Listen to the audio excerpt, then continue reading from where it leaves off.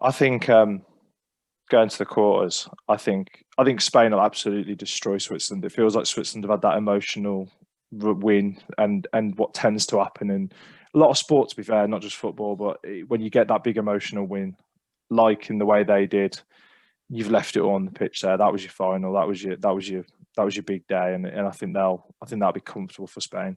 Um, I think Italy are gonna.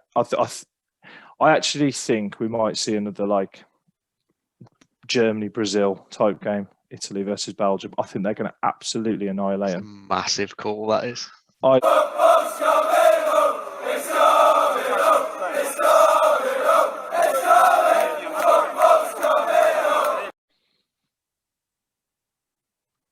Hello, everybody, and welcome to the Centre Circle podcast, the new home of West Midlands football. Joining me today, we've got Sam, Alex, and Mark. How you doing, boys? All good. We're good. Over the All moon, good. hey? What a time to be an England fan.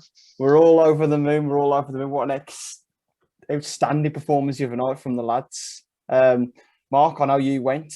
I'm just going to bring you straight in. What was it like being there? Sorry about my voice straight away because it's still not recovered. To be fair, it was fantastic. It was just amazing to be back in football for one. It's the first game I've been to since February 2020. What a game! What an atmosphere! Felt like it was full, to be honest. Never mind half full. It was just a brilliant environment, brilliant atmosphere, and obviously we'll come on more to the game. But Southgate just got it absolutely spot on, and I think most people probably thought he had it wrong to begin with. But I think as the game played out, you saw it was calculated. It was calculated to win it in the last 20 minutes with Grealish, with the subs and everything. I just think he managed the game better than Joachim Low did, and I think that's why we're hopefully going to win on Saturday and see what happens. I think, I think going back to the game, one of the points you made there, I think that basically there wasn't much in the game, really. It was quite conservative. Germany started really well the first 10, 15 minutes, and I was thinking, God, are we really going to be sitting this deep? We came more into the game as the half went on, had a couple of half chances. I mean, Kane had a bit of a heavy touch in the box, which normally you'd back into take one touch and bang, but the goal, whether he was going to score there or not was all about the touch. Havertz, the save from Pickford, who deserves all the credit in the world. He's been probably our best player this tournament. Muller's chance at 1-0. The game-defining moments tended to tip our way, which, you're going to need to ride your luck in major tournaments, especially against, the elite level nations. But like you say, I echo that. I thought Gareth got it absolutely spot on. Saka was brilliant for 45, 50 minutes, ran a bit out of steam, and he didn't sit around. He introduced Jack at the right time, the right man at the right time as well. Turned the game on its head, and bang, we're in the quarterfinals, and what a chance we got now. I think previously in the previous games, what I'll say slagged Southgate off for. I haven't been massively anti-Southgate. I'm not one of these who wants him sacked because we didn't do anything, even though we got to the semis of the World Cup. I'm not one of those. But in the group stages, he was a bit too negative against those less teams.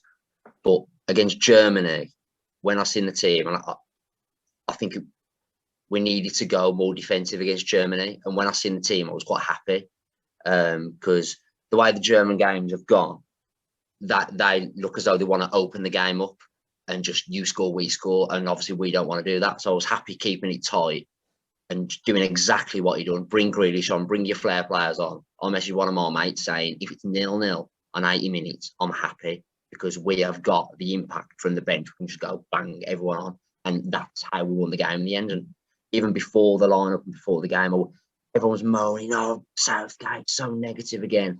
But for this time, I was thinking, no, we need to go more defensive this time. And he got the game management spot on, which I think he hasn't in the group stages. I think he got away with it a bit in the group stages. I'd echo that completely. I think he was fantastic, completely vindicated in his selection. Couple of key shout outs for me. Jordan Pickford, who I think sometimes people question whether he should have a place as England's number one. I don't think there's any question about that going forward now. I think he's just a lot calmer than he used to be anyway. I think Phillips and Rice both being booked. I think Rice was booked really early, wasn't he? Just neutralised probably two of the obviously very good midfielders in Goretzka and Kroos. I think Sterling, again at the start of the tournament, I think we all said why Sterling anywhere near the team, but I think, he's been our best player, probably alongside John Stones, actually. I think doesn't get mentioned enough, John Stones. Disagree. Yeah, go on. I'm going to get hammered there. No, I totally get it. But I thought we were absolutely fantastic. I think Southgate, as you all said, got his tactics spot on, out tactic low. I think it just shows the strength of squad that we've got that we've probably not had in the past, that we can bring those kind of players on and make an impact. I think you said, Trig, I think that was always his game plan to do that, tire the Germans out, get to 70. You look at their bench and all right, they brought Gnabry on, but I don't think they could have done a lot else. And I think we used our squad. But he's been playing poorly, hasn't he? I think for the last year or so. I think what you said there, Sam, like the squad is like, if I look back at previous squads, and there has been times when we've had some fantastic players in a lot of different positions, but like attacking wise, if we'd had a player as good as Jadon Sancho in other years, he'd probably be our best player. Has he actually, he might have come on for 10 minutes. Came on in the Czech game, didn't he? Yeah, he's had 10, 15 minutes under his belt. Like, to have a player that good, like in contrast, if he was playing for Germany, he'd have played every minute of every game so far. Yeah, like, and that's a mad depth. We've never had that. It just feels like the boys are all there with each other. Like in the past, I think you hear about the golden generation, the club rivalry and stuff. Just look at the reaction to Sterling when he thought that was going to go in off his mistake, and now the boys picked him up. Like, it just feels like we're together. Trig, I know Sterling's not your most favourite player, and I'm sure you'll say that I don't think he's been our player of the tournament, so I'll pass it over to you. Sterling is shit. Right. I know he's our top scorer, and he scores goals. And I do agree he has to play now. But I think the rest of his game, like, I always spend the game slagging Sterling off. Oh, what are you doing? I don't mean to. I haven't got anything against him. It's just the way he is. When he's on the ball, he doesn't get his head up. He runs into players without winning fouls. He can't pass the ball. He can't cross a ball. He's got no vision. He's just fast. But he always seems to be in the right place at the right time. And it's so confusing because I think he's been terrible other than his goals. I really do. You slagging Sterling off has become like a lucky pair of underpants, so please keep doing it, will you?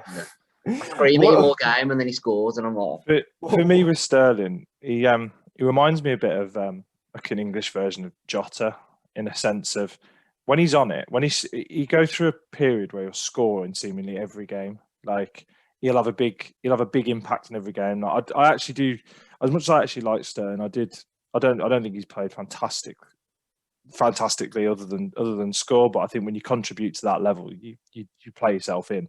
But I always said about Jota when he's at Wolves, when he's on it, he makes an impact in every game he plays, and when he doesn't, he's like he's not there.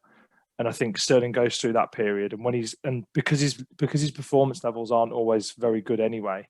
If he's not scoring and not assisting, what's he actually doing? But when he does, he's just like, there was a period, I think last season for Man City, when he was like, he scored every game for about 10 games in a row. Like, he was just absolutely on fire. But then he's had the season he's just had, where he'd arguably not even be in England squad at all. So it's like, I think he's one of them. I think he's a good tournament player. He actually gave the ball away for the Thomas Muller chance, didn't he? And there was that clips of him on the half island with his head in his hands. But one thing about that is when I think was it Havertz who played the ball through to him? Yeah. Was it Havertz?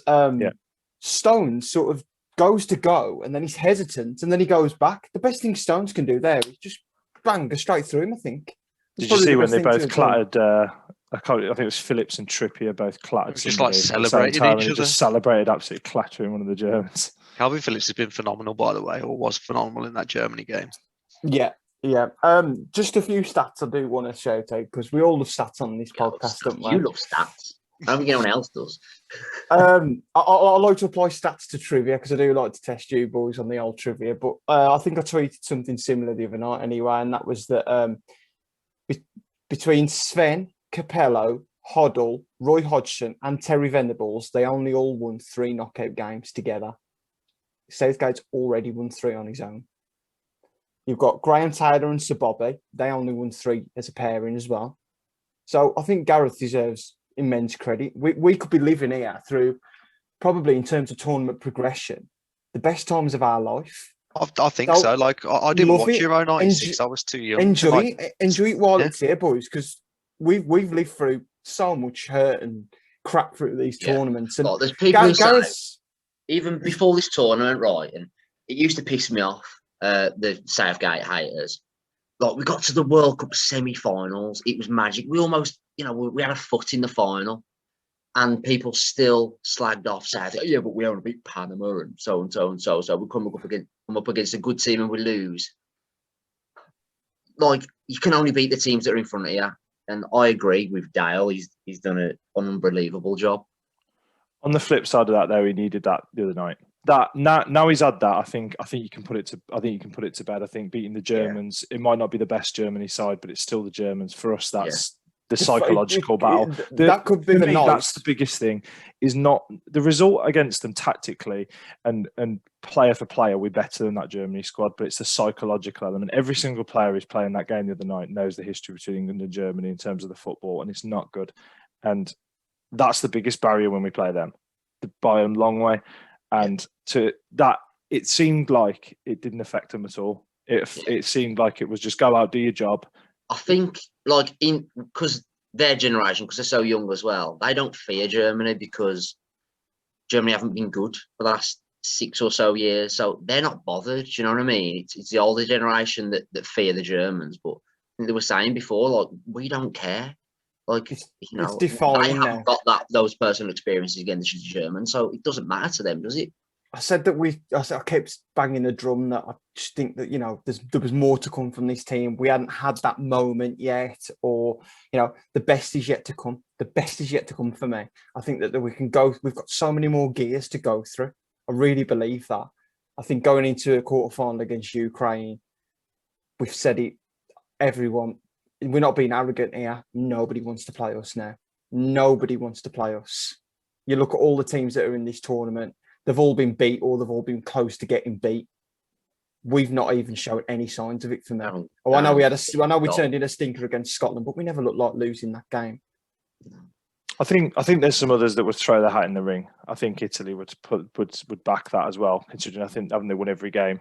I think they struggled against Austria. They did struggle against Austria, but I think the argument would be that we've not won every game. So that, we have struggled in front of goal. If they come through the Belgium test, I will take them seriously. But until that, I still think that we're probably a notch above them.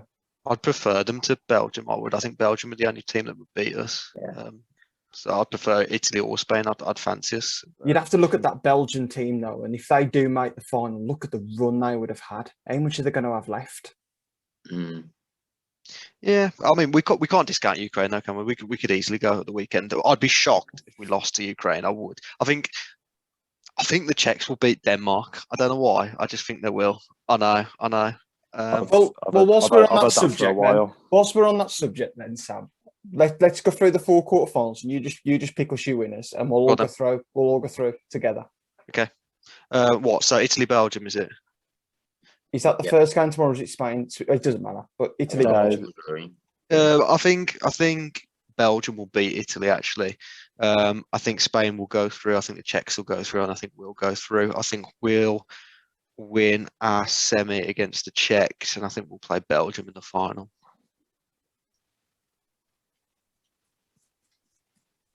I agree with that, but I think I can't see Czech beating Denmark after the tournament Denmark have had. I think they've lost 2 games, haven't they, Denmark? Yeah, I know. Well, the first one. I agree, and it feels like there's something going on with Eriksen. But I looked at their team today, and I don't think we've got a lot to be scared of, if I'm honest. Agreed. We'd have to play a 5 though, because they play a 5. I've been saying another one. I think Belgium will beat Italy as well. I think Spain will beat Switzerland. I think Denmark will beat the Czechs. And I think we'll beat Ukraine. Going into the semis, I think we'll beat Denmark. And I have been beating the Belgian drum since day one of the tournament. Can I go back on it now? I just think that I keep thinking that is it going to be one step too far? You know, they keep playing big team after big team, and you know De Bruyne's fitness isn't reliable at the moment, and he's just massive for them, and he's the best player in the tournament. You know, simple as that. Spain, the last couple of games have looked frightening going forward, but they also look shaky at the back. Yeah. But I don't think Belgium look particularly great at the back either. So I'm probably going to give Spain the edge on this one. I think we'll play Spain in the final. I think going to the quarters, I think Spain will absolutely destroy Switzerland. It feels like Switzerland have had that emotional win, and what tends to happen in a lot of sport, to be fair, not just football, but when you get that big emotional win, like in the way they did, you've left it all on the pitch there. That was your final. That was your big day, and I think that'll be comfortable for Spain. I think Italy are gonna. I actually think we might see another like Germany-Brazil type game. Italy versus Belgium. I think they're going to absolutely annihilate them. Massive call that is. I think I know what you're saying about Italy, but I just don't think I actually think they're very similar to us in the fact I just don't think they look like conceding that many goals. And I think Belgium haven't been tested at the back. They weren't tested against Portugal. It was an absolute shambles of a Portuguese team that. Not in terms of personnel, but in terms of how it was lined up. It was tactically, it was everything we did the other day. The Portuguese didn't do. It was just throw players on with the hope that they can do something. It was just absolute awful by their manager. I think we'll beat Ukraine. I think it's just a perfect tie for us. And then the other one. I've banned the Czechs drum since beginning of the tournament, and I'm still backing them. And then I think the semis, I think we'll have too much for the Czechs again. I think we'd had it in the group, and I think the Italians will beat the Spanish, and then I don't want to call the final. We're not going to call the final. We're not going to call it. I wouldn't even. We won't mention the final yet. Us versus Italy in the final would be horrendous. I don't know. I just don't. I think it'd be boring as well. I think both of them would just match each other up very well, and I think it'd be a 1-0 either way.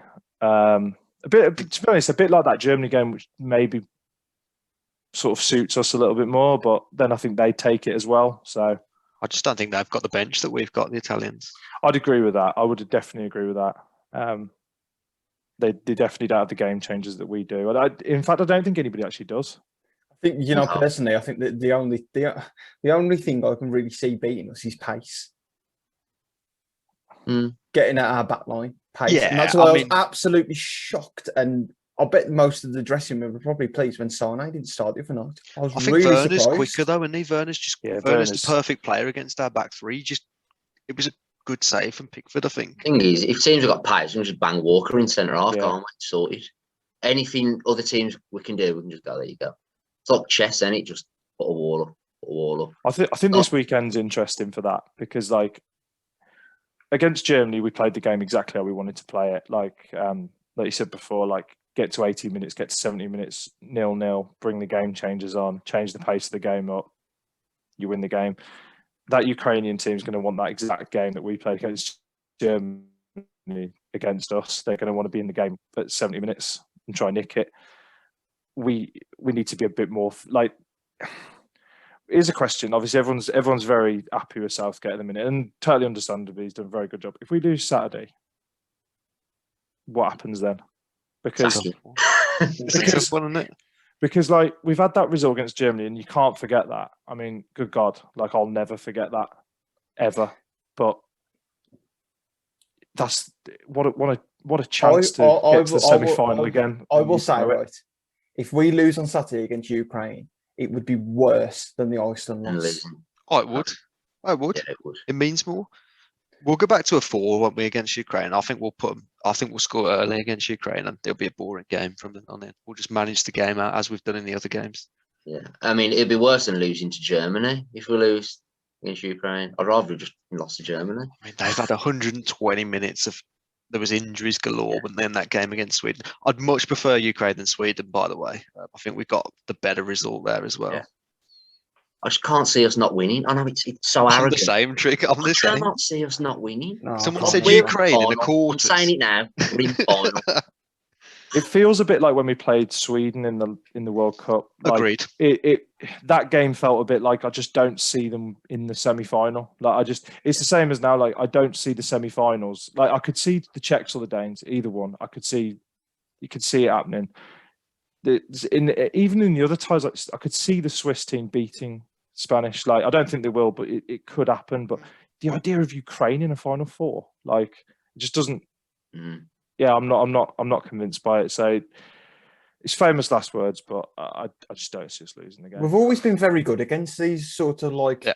mid-level nations, really. Like that's why we've always had such a fantastic record in qualifying over the years. And obviously 2008 aside, you know, we've gone 10 out of 10 a couple of times, haven't we, in qualifying? I know we did under Hodgson once, and Sven, did he only ever lose one qualifier against Northern Ireland? Am I right in saying that? You know, over the years, we've always had a very good record. It's because we've been very good against these sort of nations. Bringing back to last World Cup, you know, we're in terms of losing games in major tournaments, other than obviously Iceland aside, you look at the teams that have knocked us out over the years, there's never been one of these teams that have beat us. I think we're so different to that team that played Iceland as well in terms of squad mentality and in terms of it feels like we're behind the team. That Euros felt like a disaster waiting to happen. I think we had Kane on corners, didn't we? We just scraped past the Welsh in the group. It just didn't feel great, did it?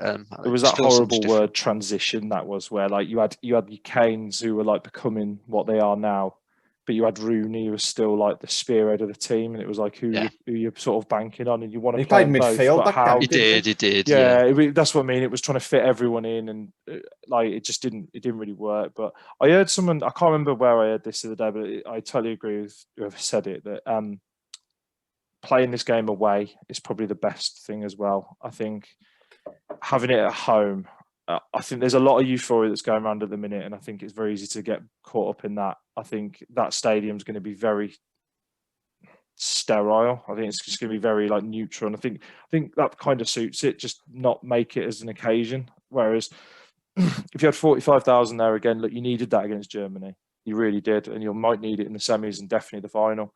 But I just don't think in a game like that, you want to make it behind closed doors. Don't let anyone in. Just training game, England versus Ukraine, because we should beat them every day. It's a good point, that is, actually. I didn't think of it like that, but it makes complete sense. You don't want to play the occasion. Yeah. The other night was the occasion, and they didn't want that. You know, we wouldn't have wanted it. You know, if we'd have gone to Berlin under those circumstances, it wouldn't have, you know, it wouldn't have suited us. So I think that's why if we can get to that semi-final, I think it's there for the taking, because we don't lose a lot of games at Wembley. I mean, I don't know how you guys feel about this, but you know, things that I've always been like this, and I absolutely love my club. I love Wolves, and I love nothing more than to see us win. We've had immense success over the past few years, but there is just something different about international major tournament football. It's on another level for me. It's just on another level, and that the other night was absolutely spine-tingling. And I mean, to be there would have been just the greatest ever pleasure. It sounded phenomenal on TV. It really did. 45,000 in there, but you just wouldn't have known that it was only half full. I think I said to you, Dale, like when the first goal went in, and like there was never a doubt in my mind it was offside either. But obviously, you know, when you're in the ground, you're never that sure. But there was never a doubt in my mind that was onside. So I was just like, it was just absolutely crazy in there. When the second goal went in, I didn't even move. Like I just put my hands on my head and like I genuinely started like crying. I was just like, I can't believe this is happening. Like it's just. And I don't even know why, because I've seen England beat Germany before, but it just the tournament. Like I think I said to you the other day, Dale. Like my first ever vague memory, is of Euro '96. Like not much of it, but I can remember it. And like it, I don't know. It felt like I've never felt that way about a game Not even for it once. almost felt like, especially that second goal, like you said, we're going to do it. Is it? Yeah. Because I'm in isolation, I'm locked down. I have to watch it on my own on the TV. And when that second goal went in, I was pretty much the same. I was like, we fucking won. We fucking beat the Germans. Then I was just going around the house shouting, we beat the fucking Germans. And it was at that point where I was like, this is ours now. You just see the emotions that football gives you, man. Like that Muller thing. Like, how do you go from you've got the ball in the middle of the pitch, you just scored. You're pretty happy with it, the way the game's going. The guy that's just given you the lead gives the ball away terribly. And if you could have picked one player for Germany to not be through on goal, it would be Thomas Muller. Like, for me, it was goal. It was never a doubt. Like, I was ready to kick, like, for them to kick off again. And I thought, that's it now. Like, they've equalised. It's going to be, momentum's all with them. It's game over. And then, so you're feeling like that, and then he misses, and it's like another goal. Yeah, you heard everyone on the telly cheer like it was a goal. Seen the video of the German fans? Yeah, it's classic. Yeah, I've seen it. Yeah, I've seen it. I've seen. I might have to slip it in there at some point. Oh my god! Yeah, it just was a whirlwind of emotions, weren't it? And like you say, football, it's more than a game. It's more than a game. Yeah. Slippery now. So obviously we're looking at players that are on yellow cards. We've got Foden, we've got Maguire, we've got Rice, and we've got Phillips. Would you be thinking about potentially swapping any of those players on Saturday, or would you you would? I'm gonna put forward that one of the guy Henderson's going to come in for one of the guys. Yeah, you've got to swap one of Rice or Phillips, Evan. You can't risk one of them two going. Now, I think they're bedded in the team. Why not put Henderson in there or Bellingham? I'd take either one, to be honest with you. Probably Henderson for his leadership. That's nothing against Bellingham, Trig. I think he's a good player. I'll go Henderson over Phillips as well. I would. We can bring Bellingham on for one of them if we need to. If it's still 0-0 on 80 minutes, bring Bellingham on for one of them. Go more attacking. But Henderson for Phillips for me. My bigger concern would be it is the Maguire one, really, and that's because I think that if you play Rice and Phillips, if one of them does pick up a booking and they're out the next game, bringing Henderson in isn't that much of a sort of drop.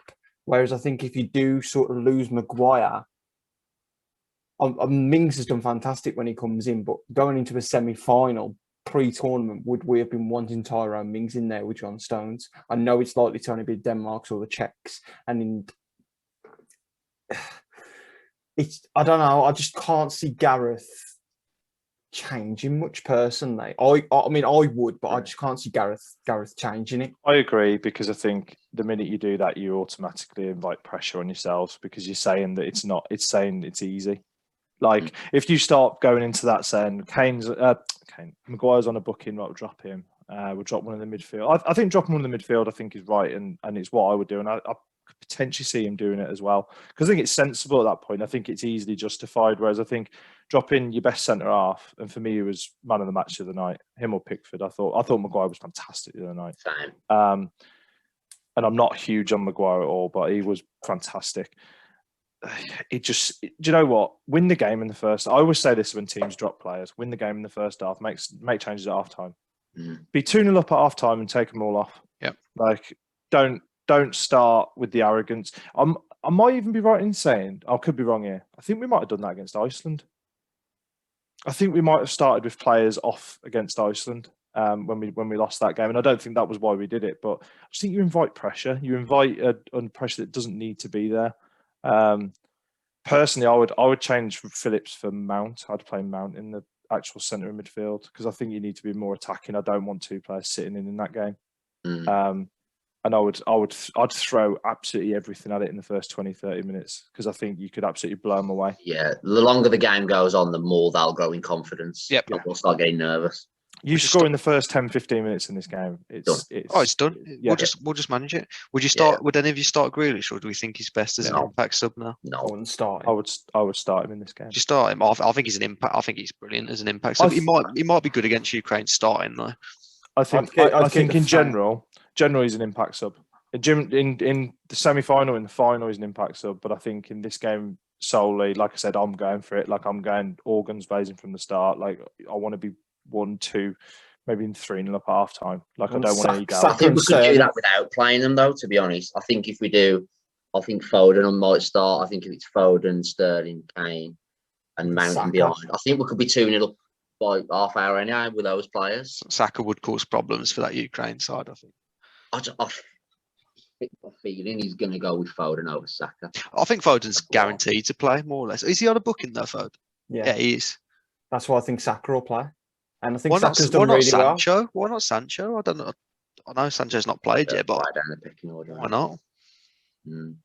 I'm wondering if with Sancho, if the whole Man United thing that's come out has had a big reason why he's not been playing. Like he's got probably the career-defining move going through at the minute. Like he's obviously taking calls from agents, from people in Germany, at United, all sorts of places. It does feel a bit weird that 18 months ago, whenever the Nations League was, 2 years ago maybe, he was in and around the starting team and things like that, and now he's behind. Don't get me wrong, Saka's done fantastic, but if you'd have said 6 months ago that Saka's ahead of Sancho for England, even a month ago, literally, yeah. He's done fantastic, Saka. He really has. He really has. I wouldn't have played him in any of the games. I wouldn't have even taken him. Yeah, same. Yeah. We all admitted it. Crazy. I messaged the group chat, didn't I? Saying I never thought I'd be cheering for Saka to start over the likes of Grealish and Sancho. It's crazy. It is. That's why we're all here, isn't it? Yeah, pre-tournament, all the talk was how do you fit Mount, Grealish, and Foden all into the same team? Well, none of them started against the Germans, and we still won. It shows you the depth of our squad, doesn't it? What would annoy me is if we played Rashford. I don't think he warrants anywhere near a starting place. I don't think he will, though. I don't think either, but he wouldn't. I don't know. Send him out. Can I just say, right? I think I caught before the Euro started. I think I said that England have the best squad in the Euros. I'm sure you all disagreed with me and shot me down. And I was like, okay then. But I think we have. I think it's proved that we have. I think we have now, yeah. I don't think you can doubt that now. I think me and Dale called the big German win last time, didn't we? We were really confident on it. We did. I was confident. I was not really that nervous. But we'll dig that one out the archives for you, Alex, and we'll put it in the Christmas outtakes. A little bit of news that's been circulating lately, and that's around Jack Grealish potentially going to Man City. Rumours that a new contract's been agreed today. Still can get even money on Sky Bet for Grealish to stay at Villa. Any takers? Yeah, I'll take that. I think he stays at Villa. I don't give a shit. I hope he stays at Villa because it's a disgusting amount of money. It really, if we're talking now that Jack Grealish, don't get me wrong, Grealish has been fantastic for England in the Euros. I didn't quite sing Super Jack Grealish on Tuesday, but I said if he scores the winner, I will. I'm going to wash your mouth out. But Jack Grealish is not worth £100 million. He's just not. No, well, Sancho's 73. It's horrendous. And don't get me wrong, I don't blame Villa one bit. I think Villa just it's not their fault at all. But it's not even anything on him. Just £100 million for Jack Grealish. What precedent is that setting? And for any future, what happens if United, off the back of signing Sancho, they said, you know what, we're going to sell Rashford?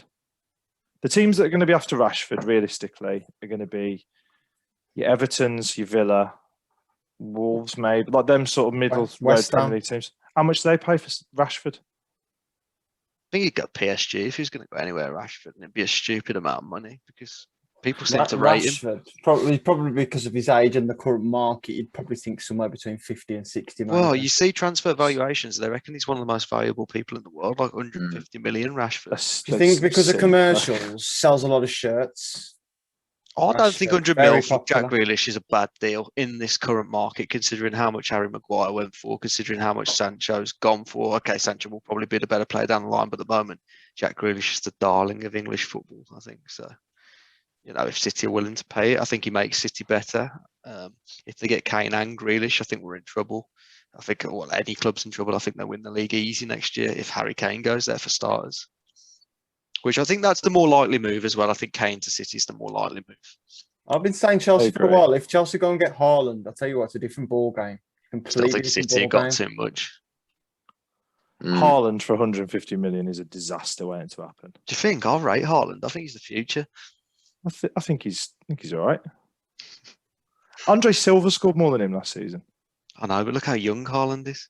No, I agree. But 150 million is It's the football world we're in at the moment. It's a disaster waiting to happen though. That sort of money, like you're paying what you could have, not what you will have. Definitely, like it's just not it. Nah, not for me. I don't think you'd lose money on signing Haaland because I think he'd go to Real Madrid or Barcelona eventually anyway. Probably. You're probably right. Commercially, it makes sense regardless. I just think footballing wise, I think there's better value out there. Like I say, I can't believe more people don't talk about Andre Silva. If you're gonna that's probably for another day in terms of a Bundesliga special. But I think I can't believe people don't talk about him considering he's got a release clause of 30 million. Imagine if we'd have had what we're rightfully owed, and that'd be that Erling Haaland should be pulling on the bloody, well, not the number 9 jersey for England, but he should be pulling on an England shirt, shouldn't he? Yeah. That'd be a problem you'd want though at the moment. Yeah, true. We'd have to play a 2. I don't think that would work. Yeah. But then with the way Kane's played so far, the press, like he would then have to be dropped. Like it just doesn't help, does it? You know what I mean? We haven't touched on Kane, but he's going to come good now, isn't he? I think. Yeah, that goal. He's the key man now, isn't he, Kane? That goal was massive. 2 more things I want to pick up. One of them is your prediction for Saturday, a scoreline. 4-0. Fucking hell. Go on the boys. 2-0. Sterling again will score. Kane hat-trick. I'm rounding it out with a 2-0. Mark? 4-1. 4-1. Got tickets for the final as well, ain't you, Sam? I have, Marcus. Tickets for the final, and you got the semi as well, ain't you, Mark? Semi on the final. Scenes, man. Let's hope it's not Denmark versus. I've never put that type of bet on in my life. That's it, and it's just you're banking on it. I mean, not that you'd ever sell a ticket. I mean, Mark was talking earlier. If we get to final, that ticket's worth 10 grand, but you'd never sell it ever. Yeah. Is there a price? There is obviously a price, but I don't think people aren't going to get to that price, are they? I don't think. I stood outside Wembley Park Station negotiating 10 grand.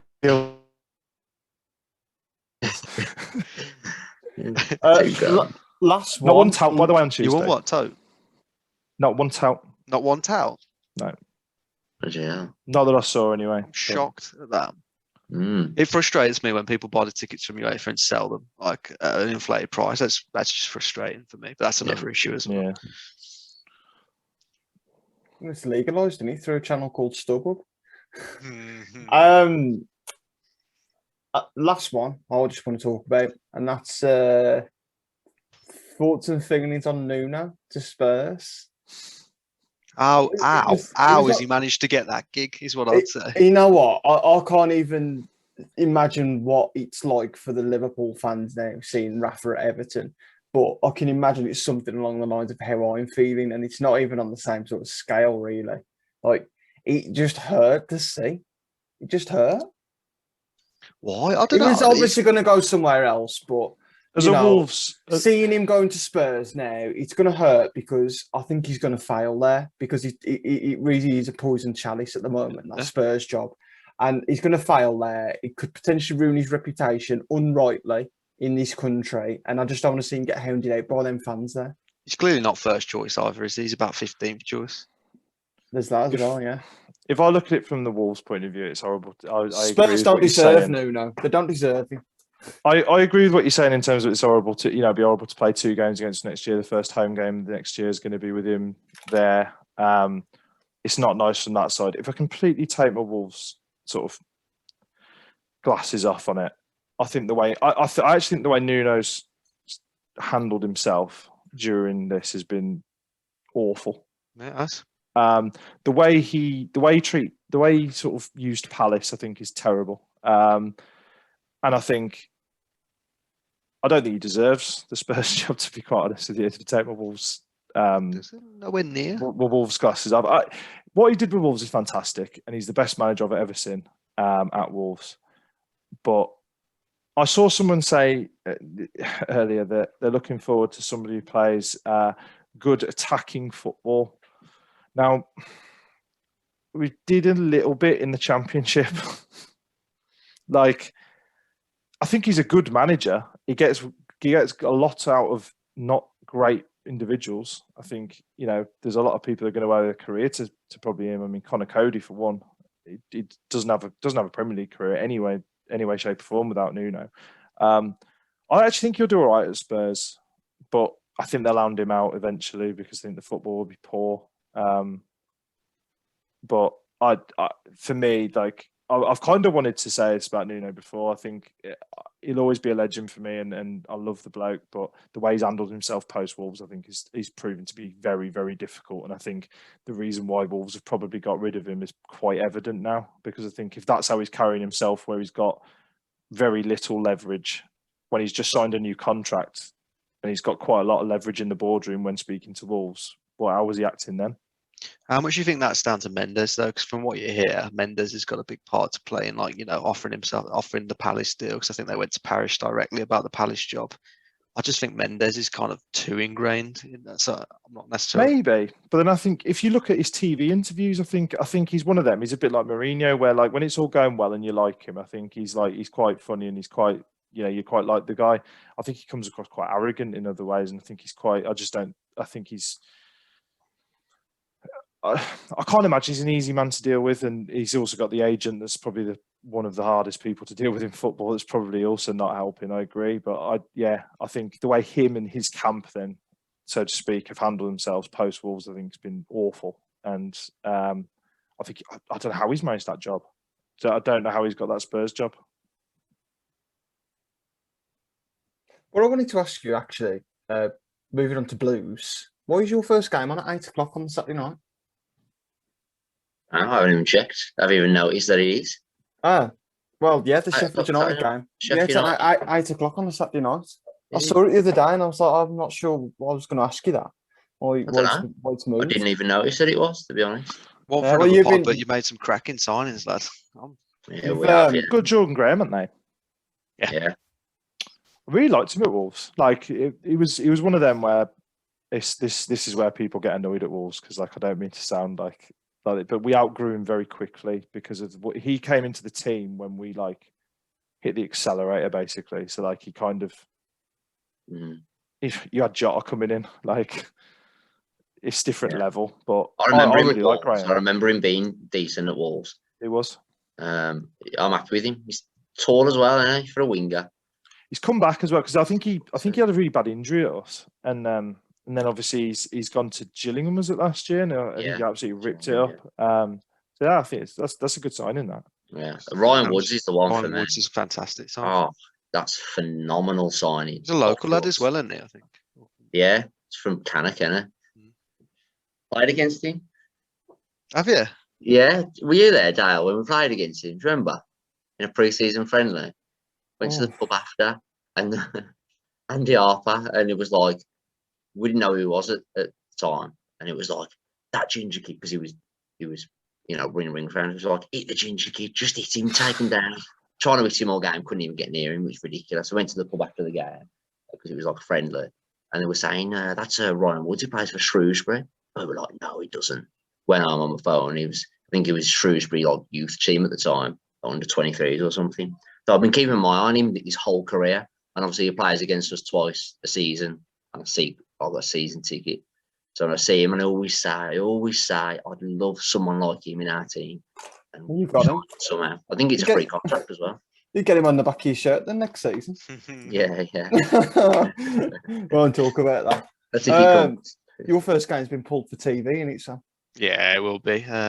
Looks like we're signing Moat as well. So, free business is good business. We'll probably lose Pereira. Sounds like we'll lose Pereira. His agent's touting him about, if we get 30 million for him, I'm happy to lose him. Well, I'm not happy to lose him, but such is modern football. I'm confident we'll do well under Ishmael. I think it's a good appointment. Yeah, I think it's a good appointment. I do think it's a good appointment. I think Championship, I think this myth that it's the hardest league to get out of and all that, I think that's dissolved a little bit over the past 3 or 4 years, personally. I think you've only got to lump a little bit of money into it, really. You can just pretty much see, like, look at Leeds, look what we did, Norwich even last season. There's been a few runaway winners in the past few years. I think that Personally, you hit the nail I on the can't- head though, where like teams just go a different level though. Like I think for a lot of years it was like everyone was kind of the same. Like you had your Wolves Blues. I mean, for a lot of years it was Wolves Blues, Albion, all sort of similar level, Norwich, Cardiff, them sort of, but there was nobody that was like streets ahead. Like it was always everyone was kind of the same level playing field. And like, you know, what we did in that league, for example, like the players we brought in is daft. Like It was really. cheating a little bit. Yeah, it was, wasn't like, it's cheating the league. Like Yeah. It was I ridiculous. think with the League One's becoming like a second championship now. Teams in there are crazy, but the championship now, it's just kind of squashed down. There's not much between, you know, top and bottom of the league. Anyone can finish anywhere, and that's why it's a hard division to get out of, I think. But anyone can win it. Like, you know, we'll be fancying our chances to get out of the league. We won't, but even the teams who come up from League One are probably going, we want to get promotion again. I think what Bowie has done at the club is he's installed a winning mentality. Yep. And I don't think you've had that for a very, very long time, to be honest. And you can't put a price on that. You just can't. I do think you'll have a positive season next year. And you always sort of think when you're in the championship, unless you're sort of not in those bottom 5 or 6 teams, you'll always try and think that you can pinch a playoff spot. So I think that's got to be the aim why this not? season. Just why not? not even reach playoff, just stay within reaching distance and hope something happens towards the end of the season. Got to aim for, but you can't really aim for top half because it's a bit tin pot. But you can't aim for playoffs because you don't want your players to expect playoffs. I just say if we can just stay within 6 points of playoffs all season, just for something to shout about, I'm happy with that. Fulham are quite hot favourites, actually. I'm not surprised at that, really. I am. We were talking about this earlier in another group chat. Like they'll lose quite a few of their players. I suspect. I don't rate Marco Silva as a manager at all, but he's still around. We'll talk about some pre-season bets, I think, after the Euros, and as the season draws a little bit closer, we'll put up some anti-post picks, I think. But early thoughts, really, for me on that championship winner is that I think that Middlesbrough are quite big at 16-1. It's just my personal thoughts on that one. But we'll discuss this. I think there's still. I think Albion will do it by 20 points. 15, I think we'll win it points, as well. I think we'll win it 15, quite 20 comfortably. Yeah, I think it'll be over very quickly. Because I think you've got that perfect side that almost Norwich had where, and this isn't even a dig, but Pereira side, who's going? Who really? You who bang does on. the team want? Like Johnston, yeah, fine, but like there's Well, not. we can replace Johnston. Yeah, you can always replace a keeper, like especially the money you get for him because he's English. So like you always get a decent little. We'll look little at our amount front for him. line next season. It'll be Carlin Grant, who's proven to score goals. Grady Dean Garner, who's good in the championship. Callum Robinson will do a job as well. I'm missing someone there as well. Or Pereira, if he stays, that's a frightening front four. So I suspect, and I think Moat's a really good signing if we get him in. Excellent. Right then, boys. It's coming coming home. Coming home. It's coming home. Actually coming fucking home. Right. Thanks a lot for joining us. And we'll no doubt pick up another one when we're in the semi-finals. Come on, the boys.